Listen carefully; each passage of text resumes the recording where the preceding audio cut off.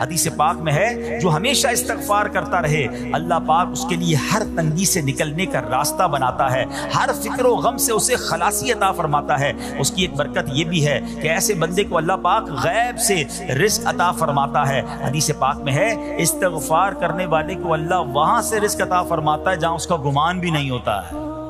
اتنی مہنگائی ہے، اتنی مشکلیں ہیں، اتنی تنگی ہے، لوگ قرضے میں ہیں، کبھی ادھر جاتے ہو کبھی ادھر جاتے ہو۔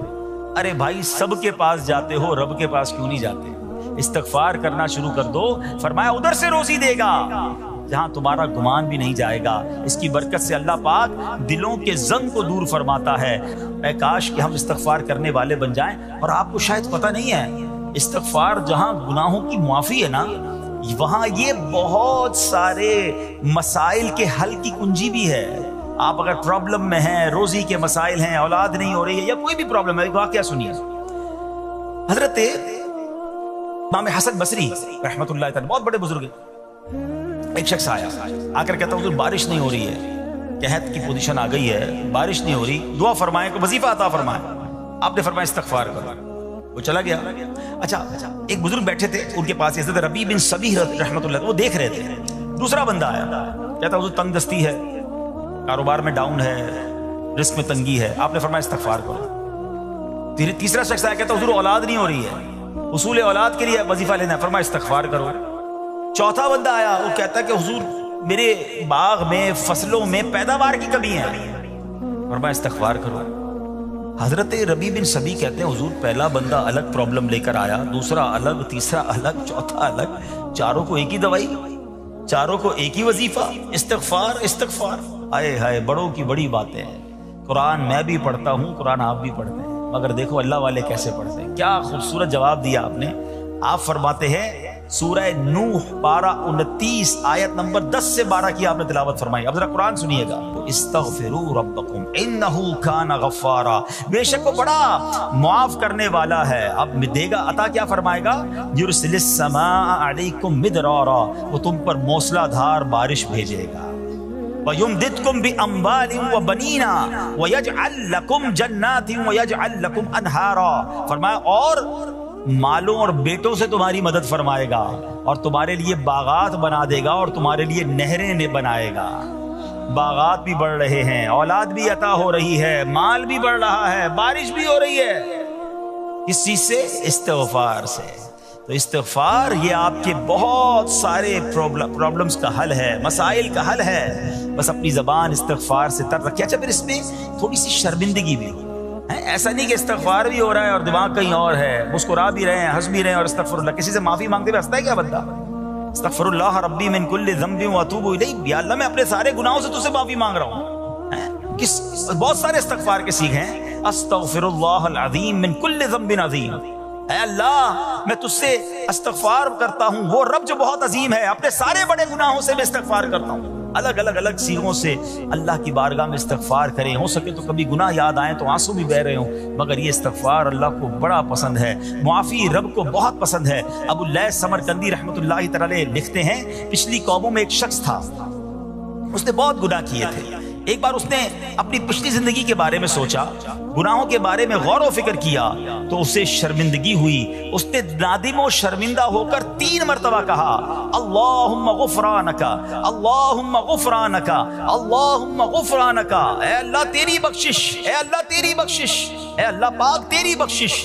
اسی لمحے اس کو موت آ گئی اور اللہ پاک نے اس کی بخشش فرما دی۔ آئیے ہم بھی پڑھ لیتے اللہم غفرانک،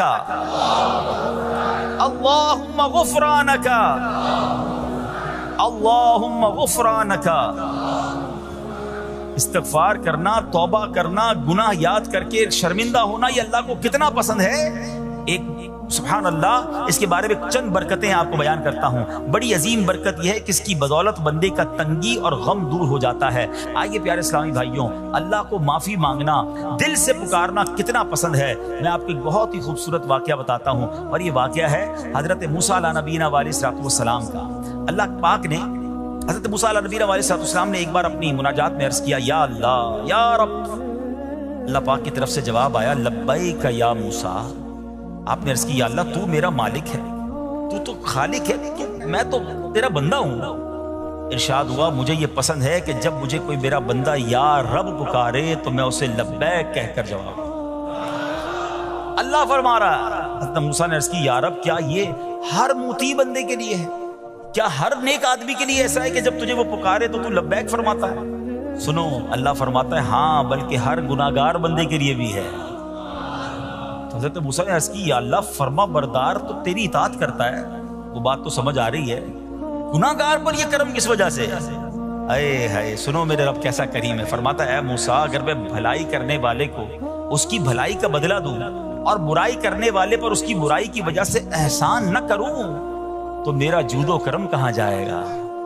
اللہ فرماتا ہے میرا پھر کرم، میری رحمت کس لیے ہے؟ برائی کرنے والا بھی، گناہ کرنے والا بھی مجھے پکارتا ہے، میں اسے بھی لبیک کہہ کر جواب دیتا ہوں۔ حضرت موسیٰ علیہ نبینا علیہ الصلوۃ والسلام کو ایک بار وحی نازل ہوئی کہ اے موسیٰ فلاں علاقے میں جاؤ، ہمارا ایک نیک بندہ اس کا انتقال ہو گیا ہے، جا کے اس کو غسل دو، اس کو کفن دو اور اس کا جنازہ پڑھو۔ حضرت موسیٰ وہاں پہنچ گئے اور جب وہاں جا کر آپ نے لوگوں سے کہا کہ مجھے فلاں بندے کے پاس لے جاؤ جس کا انتقال ہوا ہے، مجھے غسل دینا ہے، کفن پڑھنا ہے، جنازہ پڑھنا ہے، لوگوں نے کہا حضرت یہ تو زمانے کا گناہگار، بڑا بےہودہ، بڑا بدکار شخص تھا، آپ کو رب کا حکم تھا، آپ نے غسل بھی دیا، کفن بھی پہنایا، جنازہ بھی پڑھا، پھر رب کی بارگاہ میں عرض کی مولا بندے تو یہ کہہ رہے ہیں یہ تو بہت برا آدمی تھا، تو نے مجھے بھیجا اور فرمایا تیرا پیارا بندہ، میں نے جنازہ بھی پڑھ دیا، غسل اور کفن بھی دیا۔ اب ذرا آپ سوچیں کہ کسی کا جنازہ حضرت موسیٰ پڑھ دیں تو اس کی تو بخشش کا تو کوئی مسئلہ ہی کوئی نہیں نا، وہ تو اللہ کے نبی جس کا جنازہ پڑھے غسل دے، تو یا اللہ تو نے ایسا انتظام فرما دیا۔ رب کریم کی طرف سے پتہ ہے کیا جواب آتا ہے؟ اللہ فرماتا ہے اے موسیٰ بندے سچ کہتے ہیں، یہ بندہ واقعی بڑا گناہگار تھا، جو علاقے والے شہر کے لوگ کہہ رہے ہیں نا ٹھیک کہہ رہے ہیں، یہ بندہ تھا ہی ایسا۔ یا اللہ جب اتنا گناہگار تو اتنی بڑی مہربانی کس وجہ سے؟ ارشاد ہوا اے موسیٰ اس بندے نے مرنے سے پہلے مجھ سے 5 کلمات کے ذریعے بات کی، مناجات کی، مجھے پکارا، 5 سینٹنس تھے، 5 کلمے تھے، اور اے موسیٰ اس کی وجہ سے میں نے اس کی مغفرت فرما دی۔ حضرت موسیٰ کہتے ہیں یا اللہ وہ 5 کلمے تو بتا دے، وہ 5 کیسے جملے تھے کہ علاقے میں سب سے مشہور بدکار اور اس کا انتقال ہو تو رب مغفرت بھی فرمائے اور اپنے نبی کو فرمائے جا کے جنازہ پڑھو۔ تو آپ نے کہا یا اللہ وہ 5 کلمات بتا دے۔ اب ذرا یہ 5 کلمات سنیے گا، ایکچولی جو بات سمجھنی ہے نا، استغفار ہے کیا، معافی مانگنا ہے کیا، توبہ کیا ہے۔ اللہ فرماتا نا کہ ہم نے سنا کہ جو بندہ اللہ سے استغفار کرتا ہے اللہ اسے دیکھ کر مسکراتا ہے، اس کی وجہ یہ کہ بندہ رب کی بارگاہ میں اپنے آپ کو سرنڈر کرتا ہے، اپنے گناہ یاد کرتا ہے، اپنی کم مائگی کا اظہار کرتا ہے۔ وہ کہتے ہیں نا الندم التوبہ، شرمندگی توبہ ہے۔ شرمندہ ہو جائے نا انسان، دنیا میں پتہ کیا معاملہ ہے، ہم کسی عدالت میں جا کر کہہ دیں ہم نے جرم کیا ہے، اقبال جرم، ٹھیک ہے، تو کیا ہوتا ہے، جج کہتا ہے پھر اس کو گرفتار کرو اور سزا سناؤ، بندہ خود ہی مان رہا ہے، گواہوں کی ضرورت کیا ہے۔ دنیا کی عدالت میں اقبال جرم پر سزا ملتی ہے، میرے رب کی رحمت کی عدالت دیکھو، بندہ وہاں جا کر اقبال جرم کر لے، شرمندہ ہو جائے، معافی مانگ لے، اللہ اس کے سارے گناہ معاف فرما دیتا ہے۔ یہ فرق ہے دنیا والوں میں اور رب کی عدالت میں، سبحان اللہ۔ وہ حضرت موسیٰ کہتے ہیں یا اللہ وہ 5 کلمے بتا، اور بتائے گئے تو وہ 5 کلمے سنیے گا ذرا۔ وہ بندہ کہتا ہے مرنے سے پہلے اے رب تو جانتا ہے میں نیکوں سے محبت کرتا ہوں اگرچہ خود نیک نہیں ہوں، یا رب تو جانتا ہے میں فاسقوں سے بغض رکھتا ہوں اگرچہ میں خود فاسق ہوں۔ سمجھ رہے بات؟ اے اللہ نیکوں سے پیار کرتا ہوں، مجھے پتا ہے میں خود نیک نہیں ہوں، میں گناہ گاروں سے نفرت کرتا ہوں حالانکہ میں خود بھی گناہ گار ہوں، کہیں بھی اپنی بڑائی نہیں ہے، میں گناہ گار، میں بدکار، مگر اللہ میں پیار کرتا ہوں نیک لوگوں سے۔ تیسرا جملہ کیا تھا، یا رب اگر مجھے معلوم ہو جائے کہ میرے جنت میں داخل ہونے سے تیری ملکیت میں کوئی کمی آ جائے گی تو اے اللہ میں تجھ سے پھر جنت کا سوال کرنا چھوڑ دوں گا۔ مجھے یہ پتا ہے یا اللہ تو نے مجھے جنت میں داخل کیا نا، تیری جنت میں کوئی کمی نہیں آئے گی، بہت بڑی ہے، اب مجھے داخل بھی کرنے سے تیرا کچھ نہیں جائے گا، اگر کچھ جاتا ہوتا تو یا اللہ میں جنت تیرے سے مانگنا چھوڑ دیتا۔ چوتھا جملہ کیا ہے، اے رب اگر مجھے معلوم ہو جائے کہ مجھے جہنم میں داخل کرنے سے تیری ملکیت میں اضافہ ہو جائے گا تو میں پھر جہنم سے پناہ نہیں مانگوں گا، یعنی اگر تو تیرے ملک میں تیری شان میں اضافہ ہو رہا ہے مجھے جہنم میں ڈالنے سے، پھر تو میں نہیں کہوں گا تجھے کہ جہنم سے نکال، مگر مجھے پتا ہے تو پہلے ہی مالک ہے، تو پہلے ہی خالق ہے، سب کچھ تیرا ہے، مجھے جہنم میں ڈالنے سے تیری کوئی ملکیت میں اضافہ نہیں ہونا۔ اور آخری بات کیا کہتا ہے؟ یا رب اگر تو مجھ پر رحم نہ کرے گا تو پھر کون کرے گا؟ اللہ فرماتا ہے اے موسیٰ میں نے اس پر رحم کیا، یہ میرے کرم کے لائق تھا، میرے کرم کے لائق نہیں تھا کہ میں اسے ناکام لوٹا دیتا۔ جب اس نے یہ کلمات کہے تو میں نے اسے درگزر فرمایا، اس کی مغفرت فرما دی، اور میں ہی بخشنے والا مہربان۔ تو اے میرے پیارے اسلامی بھائیوں، آج وہ کام سیکھ کے جانا ہے، سمجھ کے جانا ہے، جس کو جو بندہ کرتا ہے تو رب کی رحمت گویا مسکراتی ہے۔ اب وہ یہ ہے کہ اللہ سے معافی مانگتے رہیں، استغفار کرتے رہیں، اللہ کو راضی کرنے کی کوشش کرتے رہیں، اپنے گناہوں پر ندامت رکھیں کہ جو معافی مانگتا ہے نا اللہ اسے بہت پسند فرماتا ہے۔ حدیث پاک میں آتا ہے التائب من الذنب کمن لا ذنب له، گناہوں سے توبہ کرنے والا ایسا ہے جیسا اس نے گناہ کیا ہی نہیں ہے۔ اچھا اب ایک اور بہت پیارا عمل جس کو دیکھ کر اللہ مسکراتا ہے، وہی میں نے جو تفسیر بتائی کہ اللہ کی رحمت راضی ہو جاتی ہے اور اللہ کی رحمت برستی ہے، رب راضی ہو جاتا ہے۔ نبی پاک علیہ الصلوۃ والسلام نے فرمایا 3 بندے ہیں اللہ پاک انہیں دیکھ کر مسکراتا اور کیا ہوتا ہے؟ فرمایا اور بہت خوش ہوتا ہے۔ اب وہ 3 بندے کون سے ہیں؟ چیک کر لیں ہم ان میں ہیں کہ نہیں۔ فرمایا نمبر 1 وہ بندہ جو رات کو اٹھے، بستر چھوڑے، اچھی طرح وضو کرے، پھر نماز پڑھنے کھڑا ہو جائے، اسے دیکھ کر اللہ پاک فرشتوں سے فرماتا ہے اے فرشتوں بتاؤ میرے بندے کو نیکی پر کس نے اکسایا ہے؟ فرشتے عرض کرتے ہیں مولا تو بہتر جانتا ہے۔ اللہ پاک فرماتا ہے ہاں میں جانتا ہوں مگر تم مجھے بتاؤ۔ فرشتے عرض کرتے ہیں اے مالک کریم تو نے اسے ایک چیز یعنی جہنم کا خوف دیا ہے، یہ اس سے ڈرتا ہے۔ اے اللہ تو نے ان کو ایک چیز جنت کی امید دلائی ہے، یہ اس کی امید رکھتا ہے۔ اے اللہ یہی خوف اور امید ہے جس نے اسے رات کی نیند قربان کر کے تیرے حضور کھڑے ہونے پر ابھارا ہے۔ اب اللہ پاک فرماتا ہے اے فرشتوں گواہ ہو جاؤ، یہ جس چیز سے ڈرتا ہے یعنی جہنم سے ڈرتا ہے، میں نے اپنے اس بندے کو اس سے امن بخشا، اور جس کی امید رکھتا ہے یعنی جنت کی، میں نے جنت اس پر واجب کر دی۔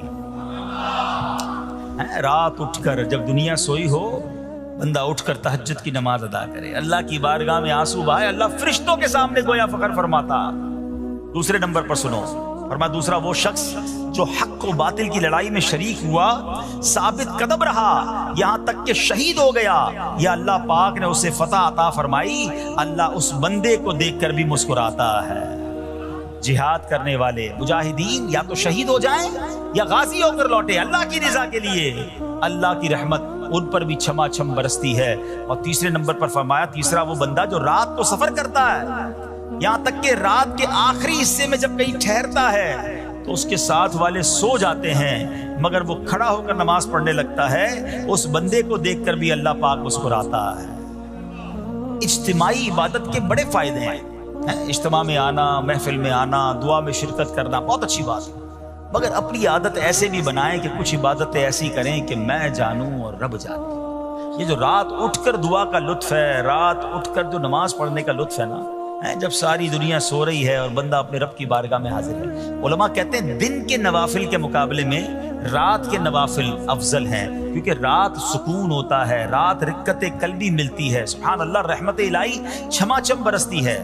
تو ہمیں کیا کرنا ہے کہ رات تہجد کی نماز کی عادت ڈالے۔ رمضان میں بن گئی تھی نا، سحری کے لیے اٹھتے تھے تو لوگ تہجد پڑھتے تھے، اللہ کرے کہ یہ عادت بن جائے، کبھی کبھی، اگر ہر روز نہیں ہو سکتا کم از کم کبھی کبھی کریں۔ اچھا اگر ایسی کوئی عبادت ہو بھی جائے نا پھر سب کو بتائیں نا کہ رات اٹھا تھا تو جناب دعائیں بھی کی تو آنسو بھی بہائے، نہیں، کبھی کبھی ایسا کیا کرو کہ میں جانوں اور رب جانے، اللہ سے باتیں کیا کرو۔ میں آپ کو صحیح بتاؤں، آپ مجھے ایک بات بتائیں، یہ تو آپ نے سن بھی لیا کہ اللہ کی رحمت کس قدر برستی ہے اس پر، زندگی میں بھی جب کبھی ہم پریشان ہوں اور رات نیند نہ آئے، کبھی کبھی ایسا ہوتا ہے پریشانی میں نیند نہیں آتی، کروٹیں بدل رہا ہوتا ہے انسان، اور اس کروٹ بدلتے بدلتے میں آپ کی جب والدہ حیات ہوگی یا ماشاءاللہ جن کے پاس ماں موجود ہے، ماں جیسی ہستی کہاں ملتی ہے پھر۔ ایک بار اور سن لو، دنیا کی بہت ساری چیزیں میرے اور آپ کے پاس ہیں جو ریپلیسیبل ہیں، جو بدلی جا سکتی ہیں۔ موبائل فون لیتے ہیں، بڑی خوشی سے لیتے ہیں، مگر نیا ماڈل آتا ہے تو لوگ بدل دیتے ہیں۔ سواری لیتے ہیں، بڑی خوشی ہوتی ہے، مگر جب نئی سواری آتی ہے تو ریپلیس بدل دیتے ہیں، ماڈل نیا آ گیا بھائی، اب وہ پرانی لگتی ہے۔ مگر یاد رکھو ماں باپ چلے جائیں نا، اس کے بعد ماں باپ دوبارہ نہیں ملتے، ان کا کوئی نیا ورژن یا نیا ماڈل نہیں ہے، ہیں تو ان کی قدر کر لو، ان کی دعائیں لے لو، ہیں تو بہرحال آپ کبھی کبھی تکلیف میں ایسا ہوا ہو کہ رات کو نیند نہ آئی ہو، بے قرار ہو کر ماں کے پاس گیا، آنکھوں میں آنسو لے کر کہ ماں میں پریشان ہوں، بیمار ہوں، یا قرضے میں ہوں، یا فلاں پرابلم ہے. ماں نے کیا کیا تھا؟ کروٹ بدل کر سو گئی تھی کہ بیٹا تو جان تیرا کام جانے، یا ماں خود بھی بیدار ہو گئی، سینے لگایا اور دعا کرنا شروع کر دی؟ ہم روئے تو ماں بھی روئی. یہ ہے نا ماں. میری تکلیف، ایسا لگتا ہے کہ مجھے کبھی کبھی یہ فیصلہ کرنا مشکل ہوتا تھا کہ تکلیف مجھے زیادہ ہوتی ہے میری تکلیف میں، یا میری والدہ کو زیادہ ہوتی ہے. بیمار میں ہوں، تکلیف اسے ہے، یہ رشتہ کہاں ملتا ہے؟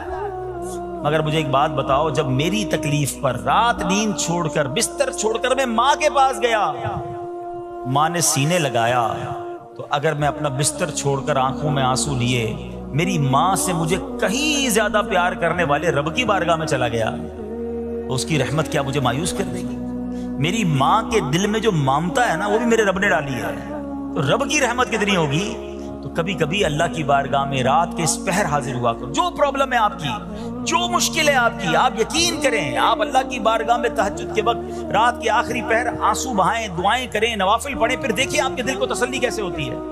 آپ کا ایمان تازہ ہو جائے گا، اور آپ نے دیکھا کہ ایسے وقت عبادت کرنے والوں سے رب کتنا راضی ہوتا ہے. اللہ کرے یہ بات ہمیں سمجھ آ جائے.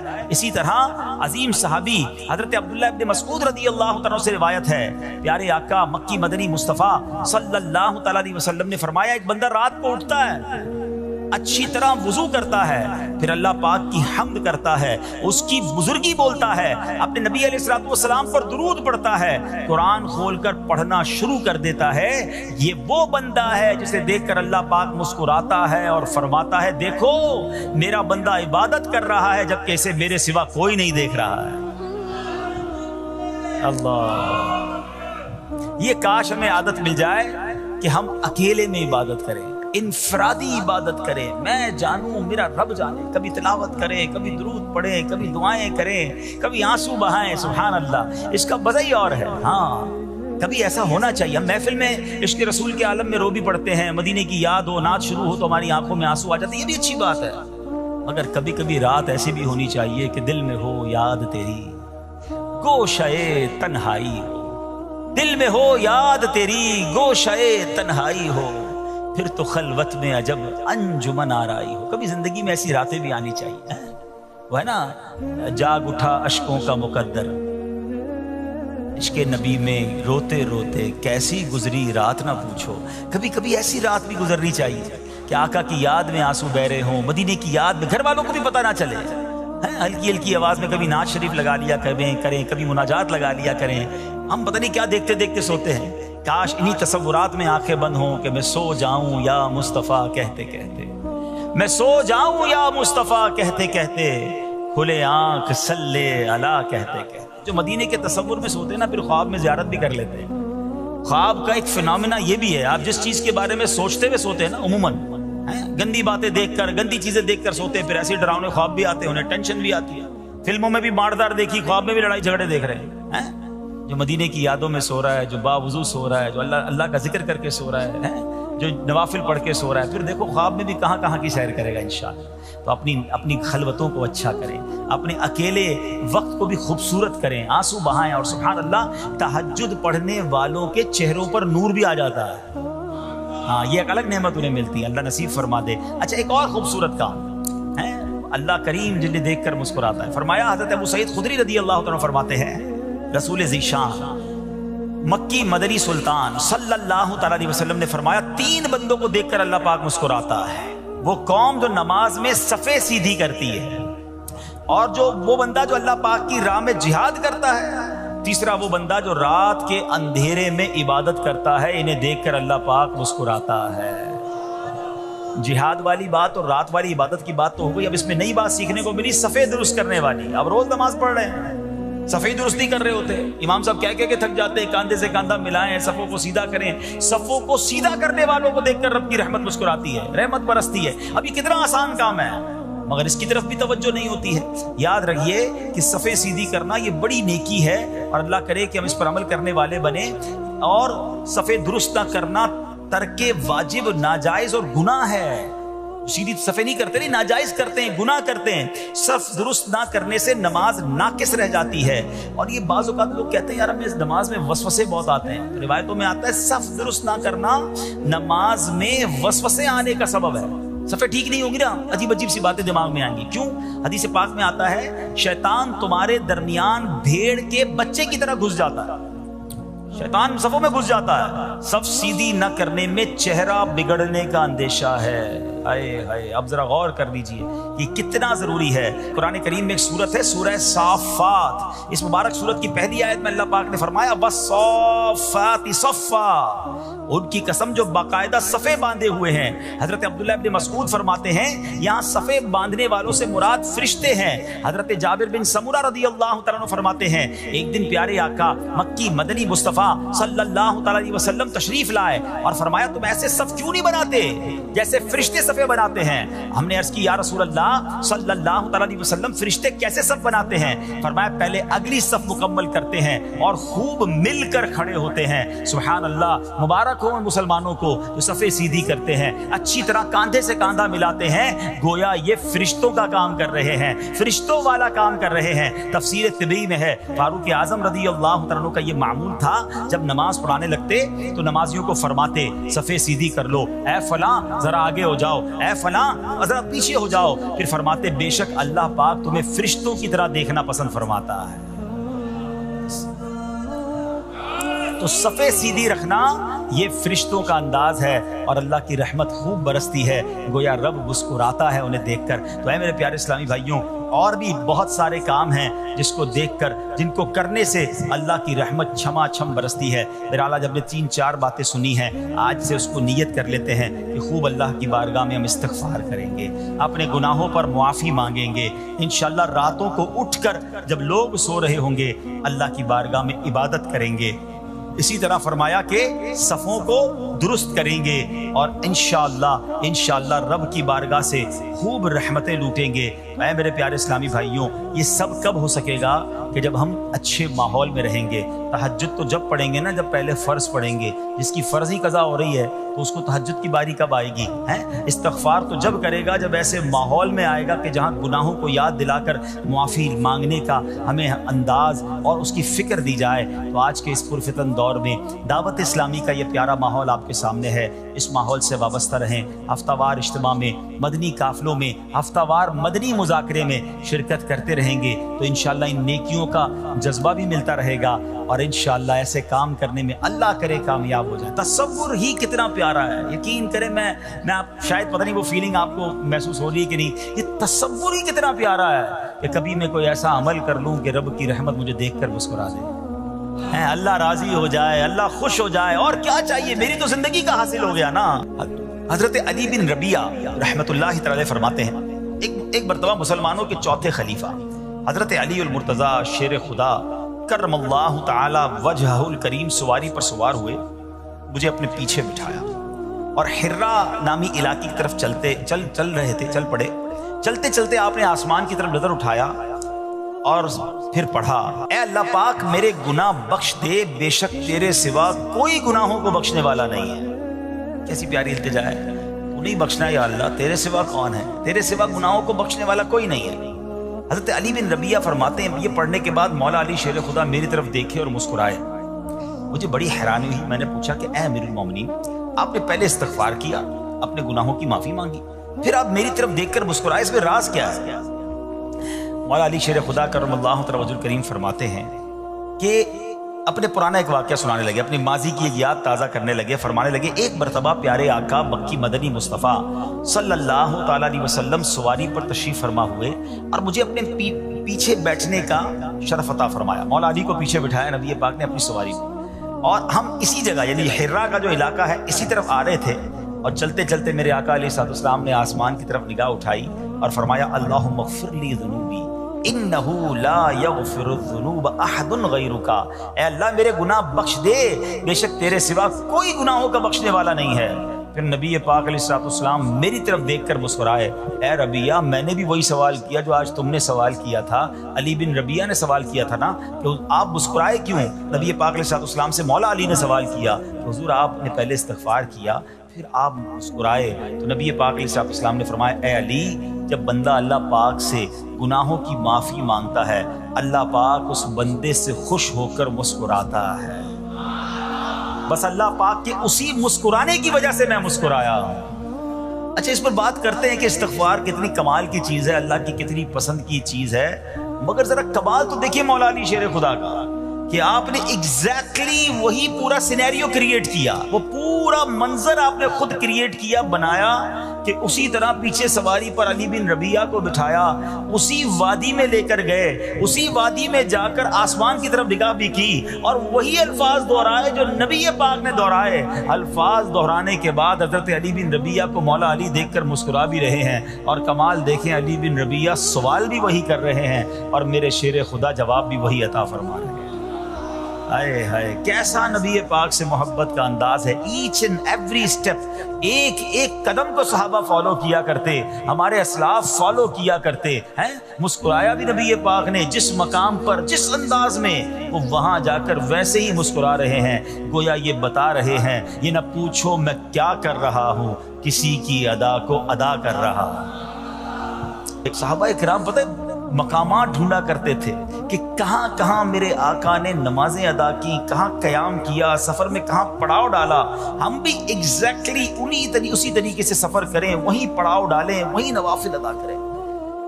اللہ اکبر۔ اور آج ہمیں پتہ چل جائے کہ یہ سنت ہے تو جواب کیا ملتا ہے؟ بھائی سنت ہی ہے نا، فرض تو نہیں ہے۔ امام صاحب سے اور مولوی صاحب سے اور علماء سے لوگ آ کے یہی سوال کر رہے تھے، حضرت گناہ تو نہیں ملے گا؟ سنت ہی ہے نا، کوئی مسئلہ تو نہیں چھوڑ دیں؟ اللہ کے بندو، سنت کو اتنا نارمل لے لیا، اب تو نیا طبقہ بن گیا، کہتے ہیں بھائی نماز میں فرض پڑھ لو، بڑی بات ہے، کیا پڑھنا سنت ہے، کوئی ضروری نہیں ہوتی۔ کہاں سے آ گئے لوگ جو نبی پاک کی سنت سے ہمیں دور کرنے کی بات کرتے؟ عاشق رسول کے لیے اس سے بڑی کیا بات ہے کہ پتہ چل جائے یہ نبی پاک کی سنت ہے۔ میرے آقا فرماتے من احب سنتی فقط احبنی، جس نے میری سنت سے محبت کی وہ ایسا ہے جیسے اس نے مجھ سے محبت کی۔ اور آگے سنو، فرماتے ومن احبنی کان معی فی الجنہ، جس نے مجھ سے محبت کی وہ جنت میں میرے ساتھ ہوگا۔ ارے سنت پر عمل کرنا تو جنت میں جانے، اور وہ بھی نبی پاک کے ساتھ جانے والا راستہ ہے۔ لوگ کہتے ہیں سنت ضروری نہیں۔ اللہ سلامت رکھے میرے پیر و مرشد کو، اللہ سلامت رکھے دعوت اسلامی کو، قدم قدم پر سنتوں کی بات دعوت اسلامی والے کرتے ہیں۔ یقیناً کچھ لوگوں کو پرابلم ہوتی ہے، یار اتنی سنتوں کی بات، تمہارا بیان بھی سنتوں بھرا بیان، مدنی حلقہ بھی سنتوں بھرا، تو جناب ہر جگہ سنت کی بات۔ ارے غلام آقا کے طریقے کی بات نہ کرے تو کس کی بات کرے؟ ارے مولا علی کو تو دیکھو یار،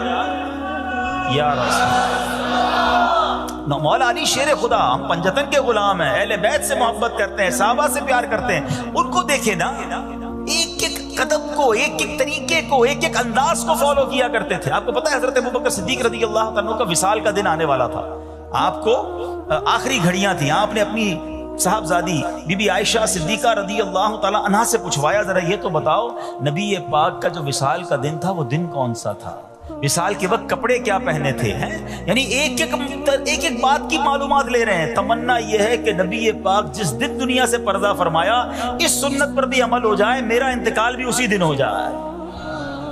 آپ غور کریں کتنی باریکی سے پیارے آقا علیہ السلام کو صحابہ کرام اہل بیت اطہار فالو کرتے تھے، اور آج پتہ نہیں کیا ہو گیا ہے سنت۔ ابھی تھوڑے دنوں بعد انشاءاللہ حاجی حج کو جائیں گے، اللہ مجھے اور آپ کو بار بار حج کی سعادت عطا فرمائے۔ حج کے دنوں میں ایک ہی سوال ہوتا ہے، مینا کی راتیں سنت ہی ہے نا، نہ گزاریں تو حضرت پہ دم تو نہیں ہو جائے گا؟ ارے تمہیں صرف دم کی فکر ہے، گئے کس لیے حج پہ؟ میرے آقا نے اگر خیموں میں مینا کے میدان میں رات گزاری تو عاشق رسول کے لیے تو اس سے بڑی راتیں کون سی ہوں گی؟ قدم قدم پر پیارے آقا کے طریقے کو فالو کرنا چاہیے۔ حاجی کو ایک ہی فکر ہوتی ہے بھائی دم تو نہیں لگ جائے گا، مولوی صاحب اور کوئی رعایت بتا دیں۔ ارے ہم گئے عبادت کرنے، سنتوں پر عمل کریں، مستحبات پر عمل کریں، بزرگوں کی اداؤں کو ادا کریں تاکہ زیادہ سے زیادہ برکتیں لوٹ کر آئیں۔ تو بہرحال اب آتے ہیں واپس اسی عمل پر۔ کیا عمل ہے کہ جس کو دیکھ کر رب بھی مسکراتا ہے؟ دوبارہ عرض کر دوں کہ اللہ کا مسکرانا وہ جسم اور جسمانیت سے پاک ہے، اس کی رحمت برستی ہے، اس کی رضا مل جاتی ہے۔ اور وہ کس بات پر رضا ملتی ہے کہ جب بندہ اللہ سے معافی مانگتا ہے تو اللہ اس کے معافی مانگنے پر بہت راضی ہو جاتا ہے۔ سبحان اللہ، اللہ پاک ایسے بندے سے بہت خوش ہوتا ہے کہ وجہ پتہ کیا ہے؟ وہ فرماتا ہے دیکھو میرا بندہ جانتا ہے کہ اس سے گناہ ہوا ہے اور یہ بھی جانتا ہے کہ میرا مالک بخشنے والا ہے۔ اللہ کی رحمت سے مایوس نہیں ہونا ہے، گناہ ہو گیا اب فوراً توبہ کرنا، استغفار کریں، سبحان اللہ، اللہم اغفر لی، اللہم اغفر لی، یہ پڑھنے کی عادت بنائیں، ٹھیک ہے؟ اور اس کے معنی بھی ہمیں پتہ ہونا چاہیے کہ یا اللہ مجھے بخش دے، یا اللہ مجھے بخش دے. اور سبحان اللہ ہو سکے تو استغفار کے اور بھی الفاظ ہیں، استغفر اللہ، استغفر اللہ. ہمارے شجرہ قادریہ طاریہ میں سید الاستغفار لکھا ہے، وہ پڑھنے کی عادت بنائیں، کم از کم 100 بار تو دن میں استغفار کریں نا. تو اب یہ 3-4 کام آپ نے سن لیے ہیں، اس کو عمل کرنا شروع کر دیں. اللہ کریم سے دعا کرتا ہوں کہ رب کریم اپنی رضا والے کام ہمیں بڑھ چڑھ کر کرنے کی توفیق عطا فرمائے.